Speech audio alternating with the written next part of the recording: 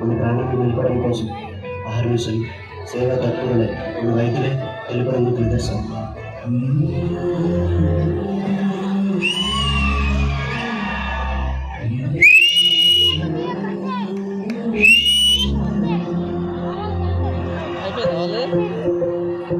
అయిపోయిందా?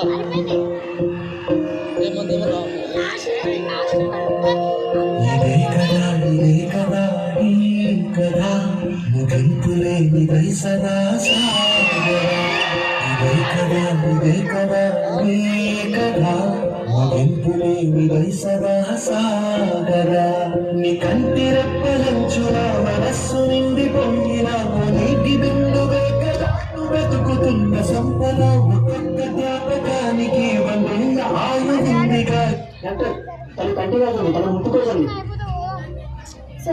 Sir ముట్టుకోకండి sir, మళ్ళీ నా వ్యాధి మీకు వచ్చేస్తుంది.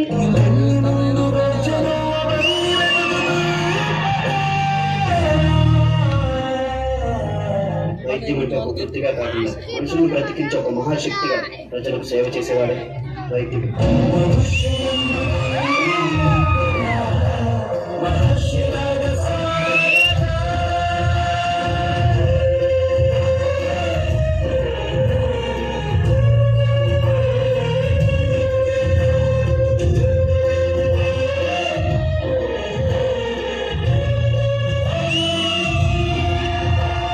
వైద్యుడు ఆశావాది, ప్రాణాన్ని కాపాడాలనుకునే ఆశావాది.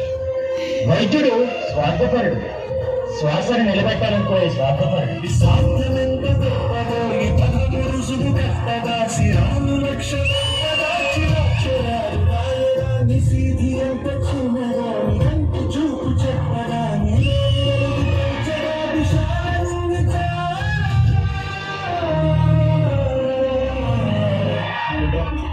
If you mix this virus with your medicines, I will offer you huge money. రే, నీకు ఎలా కనిపిస్తుందంట్రా? మా దేశంలో ప్రతి వైద్యుడిని ఒక దేవుళ్ళ చూస్తాం. అలాంటిది డబ్బులు కాసుపడి నా దేశానికి నా ప్రజలకు ద్రోహం చేయమంటారు. నా వల్ల కూడా జరగదు. ఒక వ్యక్తిగా నా దేశం ప్రజల ప్రాణాలు కాపాడడం నా బాధ్యత.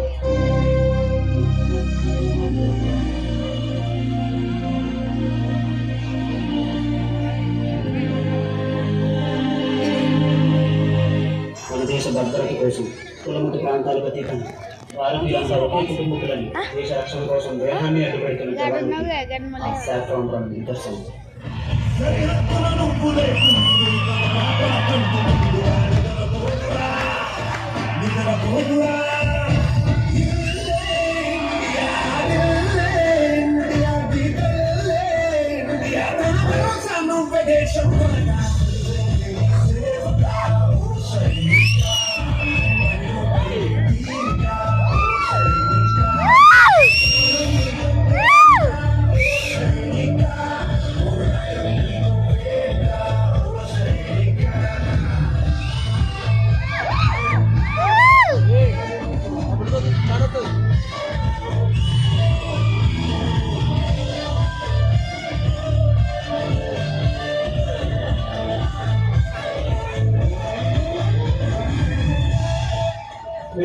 ఇంటి నుండి కాల్ వచ్చింది. మీ భార్యకు చాలా సీరియస్గా ఉంది. నేను కేవలం నా భార్య గురించి ఆలోచిస్తే ఇక్కడ నా దేశ ప్రజల కోసం, వాళ్ళ ప్రాణాల కోసం ఎవరో ఆలోచిస్తారు.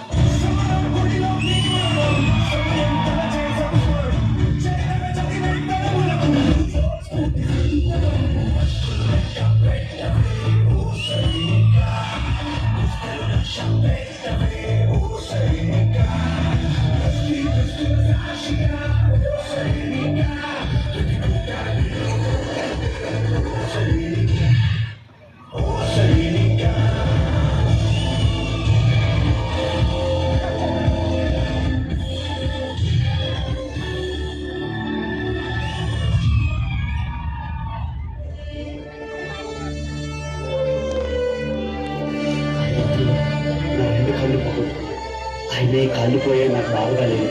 దేశాన్ని కాపాడనన్న గర్వం నాలో ఉంది.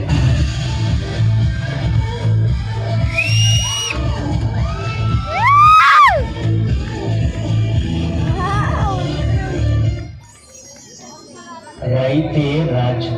రైతు మనం తినే అన్నంలో ఉంటారు. కడుపు నాయకుడి నిన్నోడి కళ్ళల్లో ఉంటాడు.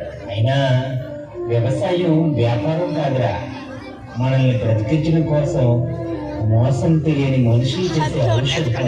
వైద్యో నారాయణో హరి. దేవుడి తర్వాత మనుషులు దండం పెట్టి వేడుకునేది వైద్యుడికే. నన్ను అడిగితే సృష్టించిన దేవుడి కంటే చనిపోయే మనిషిని బ్రతికించే వైద్యుడు చాలా గొప్పగా. జై జవాన్.